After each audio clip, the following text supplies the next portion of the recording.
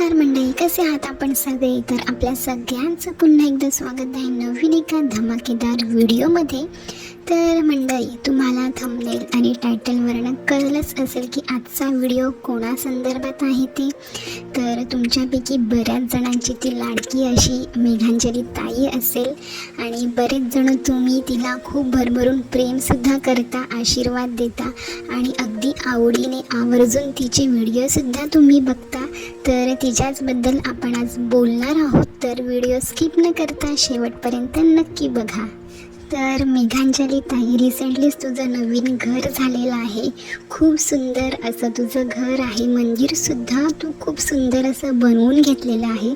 तर ह्या सगळ्या तुझ्या ज्या जर्नीसाठी, तुझ्या ह्या नवीन घरासाठी तुला माझ्याकडनं खूप खूप खूप शुभेच्छा, कॉंग्रॅच्युलेशन. तर खरंच खूप भारी वाटतं तुझे व्हिडिओ बघून आणि इतके व्ह्यूजसुद्धा तुला आता येत आहेत ना, म्हणजे हे घर जे आहे ते तुझ्यासाठी खूप लकी आहे असंही म्हणायला हरकत नाही आहे. कारण की बऱ्याच नवीन ताई तुझ्यासोबत जोडल्या जात आहेत, कारण की खूप पॉझिटिव्ह फील होतं तुझे व्हिडिओ बघून, देवपूजा बघून, तुझं नवीन मंदिर, किचन हे सगळं बघून अगदी रिफ्रेश व्हायला होतं. तर खरंच मस्त वाटतं आणि खरंच तुझे व्हिडिओ खूप पॉझिटिव्ह असतात, खूप फ्रेश असतात आणि ते आम्हाला सगळ्यांनाच बघायला प्रचंड आवडतात. तर मंडळी, आपल्या ह्या ज्या रोस्टर्स मावशा आहेत ना, या लोकांनी मेघांजली ताईलासुद्धा रोस्ट करणं सोडलं नाही आहे. म्हणजे इतकं काही तिच्याबद्दल निगेटिव्ह बोललं जात आहे ना, जेव्हापासून तिची प्रगती होत आहे, तिने नवीन घर घेतलेलं आहे, तर ह्याच्यावरनं सुद्धा हे लोक रोस्ट करत आहेत. म्हणजे तुम्ही विचार करू शकता किती खालच्या पातळीच्या ह्या बायका आहेत. म्हणजे एखाद्याची प्रगती झालेली यांना बघवत नाही. आणि काय हो फॅन्ड्री मावशी, तुम्हाला काही कामधंदे असतात की नसतात हो? म्हणजे आता हिच्या व्हिडिओमध्ये निगेटिव्ह काढण्यासारखं काहीच नाही आहे बघायला गेलं तर. तरीसुद्धा तुम्ही उकरून एक दोन पॉईंट काढले आणि तेच पॉईंट रिपीट करून अगदी 20-25 मिनटाचा व्हिडिओ बनवला. म्हणजे 2-3 वेळा तरी तुम्ही तिला रोस्ट केलेलं आहे, जेव्हापासून ती नवीन घरामध्ये शिफ्ट झालेली आहे तेव्हापासून. म्हणजे काय आहे ना फॅन्ड्री काकू, तुम्हाला एखाद्याची प्रगतीसुद्धा बघवत नाही आहे. कोणी जर एखादी यूट्यूबर अगदी साधी सिंपल राहत असेल, तिचं लाईफस्टाईल जर अगदी साधं सिंपल असेल, त्याच्यावरती सुद्धा तुम्ही रोस्ट करता. कोणी जर अगदी हायफाय आणि स्टायलिश राहत असेल, त्याच्यावरती सुद्धा रोस्ट करता. कोणी जर अगदी न्यूक्लिअर फॅमिलीमध्ये राहत असेल, म्हणजे आपलंच कुटुंब घेऊन राहत असेल, मूल बाळ आणि नवरा, त्यांनाही रोस्ट करता. कोणी फॅमिलीमध्ये राहत असेल, जॉईंट फॅमिलीमध्ये, त्यांनाही तुम्ही रोस्ट करता. म्हणजे काय प्रॉब्लेम काय तुमच्या लोकांचा? म्हणजेच मेघांजलीचे सासरचे जे लोक आहेत ते वेगळ्या घरात राहतात, हे लोक वेगळ्या घरात राहतात. पण सणवार असेल, काही घरामध्ये एखादा कार्यक्रम असेल, तर ते सगळे अगदी एकत्र असतात. ती सुद्धा पूर्ण म्हणजे विथ फॅमिली, तिकडे सुद्धा काही प्रोग्राम असेल तिच्या सासरी म्हणा, माहेरी म्हणा, तर ती सुद्धा अगदी आनंदाने सगळ्यामध्ये सहभागी झालेली असते, काम करताना दिसत असते आणि सगळेजण अगदी हसत खेळत असतात. तर ह्या लोकांना प्रॉब्लेम काय आहे की ही सासू सासऱ्यांसोबत का नाही राहत आहे, ही सासू सासऱ्यांना इकडे का नाही बोलवत आहे, नुसतं ही वरवरचं दाखवते. अरे, दुसऱ्यांना बोलण्याआधी तुम्ही किती तुमच्या सासरच्या मंडळींना सांभाळताना ते बघा आधी. सासरच्या जाऊ द्या, तुमच्या नवरा मूलबाळ असेल ना, त्याला आधी तुम्ही किती सांभाळताना हे जरा आरशामध्ये थोबाड बघा तुमचं. मग ते तुम्हाला रिअलाईज होईल की आपण स्वतः किती पाण्यात आहोत आणि आपण दुसऱ्यांना असं बोलत आहोत. अरे, म्हणजे एकत्र राहायचं आहे की जॉईंट फॅमिलीमध्ये राहायचं आहे, हा त्यांचा सर्वस्वी प्रश्न आहे. ते त्यांचं पर्सनल चॉईस आहे आणि ते लोक असं का राहतात त्यांनी ऑलरेडी सांगितलेलं आहे. आणि तिचं जे काही घर होतं ऑलरेडी 1 BHK तिचा फ्लॅट होता, ती जागा त्यांना सफिशियंट नव्हती. आणि आत्तासुद्धा त्यांनी जे नवीन घर घेतलेलं आहे 2 BHK जो फ्लॅट आहे तिचा, तर तो सुद्धा काही यूट्यूबच्या पैशावरती नाही झाला हो. त्यांची ऑलरेडी खूप वर्षापासूनची जमवलेली जमापुंजी आहे त्यांच्याकडे, काही सेविंग्स त्यांनी केलेली होती. तिचे हजबंडसुद्धा चांगल्या जॉबला आहेत. तर ह्या सगळ्या गोष्टी मॅनेज करून त्यांनी ते घेतलेलं आहे. आणि तिने सांगितलेलं पण आहे की हे लोन काढून आम्हाला घ्यावं लागलेलं आहे. आम्ही काय असं यूट्यूबर आहोत आणि खूप दुसऱ्या यूट्यूबरसारखं आम्ही खूप मोठा बंगला, गाडी हे सगळं नाही घेतलेलं. अगदी तिने प्रामाणिकपणे हे सगळं काही शेअर केलेलं आहे. तरीसुद्धा तू तिला सारखी रोस्ट करतेस. म्हणजे तुला काय त्या व्हिडिओ व्हिडिओमध्ये तुझं ऐकलं ना, काहीच नाही, फक्त 2 मुद्दे असतात. ती लाईव्ह येऊन आरती घेते, तिने आता लग्नाचा मुद्दासुद्धा म्हणजे तिने तिची लग्नाची स्टोरी आपल्याला सगळ्यांना सांगितलेली आहे. बऱ्याचशा गोष्टीसुद्धा तिने त्याच्यामध्ये मेन्शन केलेल्या आहेत. तर फॅन्ड्री काकू, तुला कसं सांगायचं असतं माहिती आहे का, म्हणजे तू वारंवार बोलते की तू कसंही लग्न कर, तू तुझा पर्सनल चॉईस आहे, मला काय त्यात घेणं देणं नाही आहे. पण वारंवार तू ही गोष्ट मेन्शन करते, टोचून बोलते, टोमणे देऊन बोलते आणि वरनं बोलते पण की मला काही घेणं देणं नाही आहे. अगं 10 तोंडाच्या माकडीने वाणी, इकडे एकदा वचकन बोलते, तिकडे एकदा वचकन बोलते. काय ते एकदा ठरव, तुला काय बोलायचं आहे ते.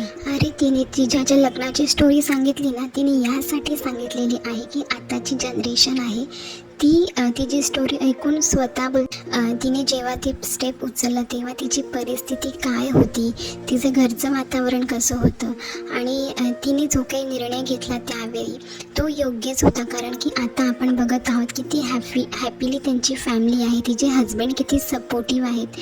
त्यावेळी जो तिने निर्णय घेतला ना तो योग्यच होता.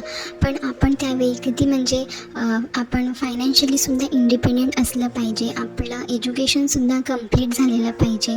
तर ह्या सगळ्या गोष्टीसुद्धा तिने मेन्शन केलेल्या आहेत. जर तुम्हाला हे सगळं पाऊल उचलायचं असेल ना, तर तुम्ही स्वतः आधी किती स्ट्रॉंग असणं गरजेचं आहे. तुमचा पार्टनर तुमच्यासोबत किती लॉयल आहे, त्याचा तुमच्यावर किती विश्वास आहे, या सगळ्या गोष्टी आपल्याला समजणं खूप महत्त्वाचं आहे. त्या उद्देशाने ती स्टोरी सांगितली होती.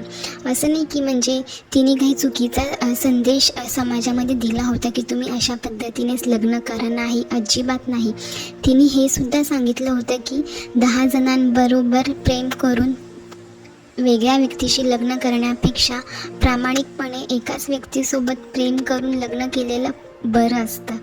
म्हणजे त्याला चांगले संस्कार म्हणतात. नाही की ह्याला धर त्याला सोड, ह्याला धर ह्याला सोड आणि मग 4थ्याच व्यक्तीशी लग्न करा.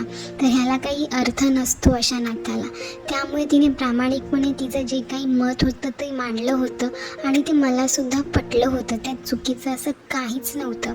आणि त्याच गोष्टीचा तुम्ही लोकांनी फिरून शब्द इकडे तिकडे टाकून इतका म्हणजे बाऊ केला आहे ना त्या गोष्टीचा, तर खरंच लाज वाटली पाहिजे. अगं तू स्वतः कसं लग्न केलं आहे ना ते बघ आधी.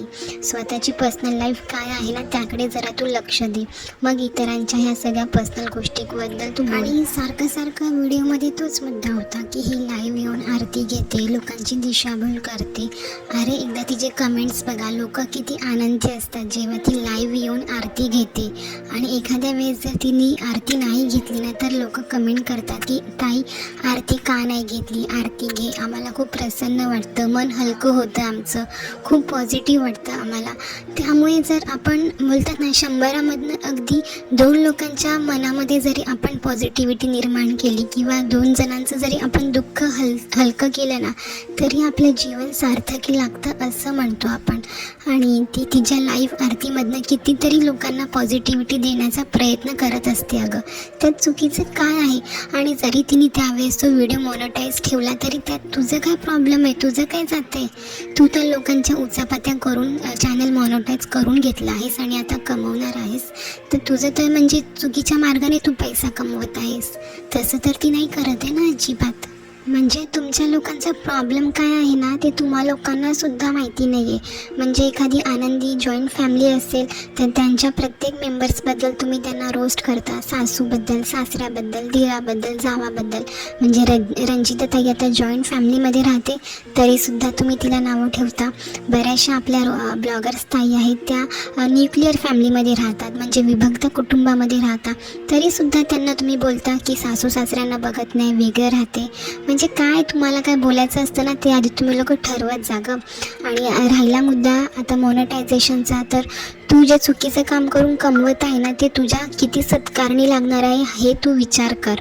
आणि मेघांजली ताईचे व्हिडिओ खरंच खूप पॉझिटिव्ह असतात. तिची देवपूजा, आरती आणि ती कुठच्याही प्रकारची अंधश्रद्धा तरी तिच्या व्हिडिओच्या माध्यमातून अजिबात पसरवत नाही. अगं फॅन्ड्री काकू, आत्ताचे जग जे आहे ना इतकं फास्ट आहे ना, लोक आता इतकं विचित्र बोलतात ना कुकर्माकडे वळत आहेत, अगदी विचित्र विचार करत आहेत. तर या अशा गोष्टी ज्यामध्ये जर अध्यात्म येत असेल, पॉझिटिव्हिटी येत असेल, देवाचं करून आपलं मन जे आहे ते पॉझिटिव्ह होत असेल, तर त्या चुकीचं काय आहे? तुम्ही लोकांना श्रद्धा आणि अंधश्रद्धा यातला फरक जरा समजून घ्या. तुम्ही म्हणतात ना, अडाणी बायका आहात, सुशिक्षित अडाणी बायका आहात, तुम्हाला श्रद्धा आणि अंधश्रद्धा यातला फरकसुद्धा कळत नाही आहे गं.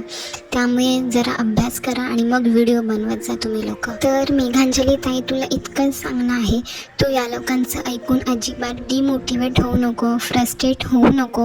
तू अगदी जोमाने कामाला लाग, कारण की ह्या लोकांना हेच हवं आहे की यांचे निगेटिव्ह व्हिडिओ ऐकून तुम्ही तुमचं काम थांबवावं आणि ह्या लोकांनी पुढे जावं. तर हे तू अजिबात करू नको, ह्या लोकांना चान्स देऊ नको. अगदी तू जोमाने, अगदी पॉझिटिव्हिटीने न चुकता दररोज व्हिडिओ टाकत जा आणि छान छान व्हिडिओ टाकत जा, अगदी यांच्या नाकावर टिचून. तर मंडळी, आय होप की तुम्हाला हा आजचा पॉझिटिव्ह व्हिडिओ नक्कीच आवडला असेल आणि नेक्स्ट व्हिडिओ तुम्हाला कोणाबद्दल ऐकायला आवडेल तर ते सुद्धा मला कमेंट बॉक्समध्ये नक्की सांगा. तर भेटूया अशाच एका धमाकेदार व्हिडिओसोबत. तोपर्यंत सगळ्यांनी आपापली आणि आपल्या कुटुंबाची काळजी घ्या. भेटूया लवकरच. बाय.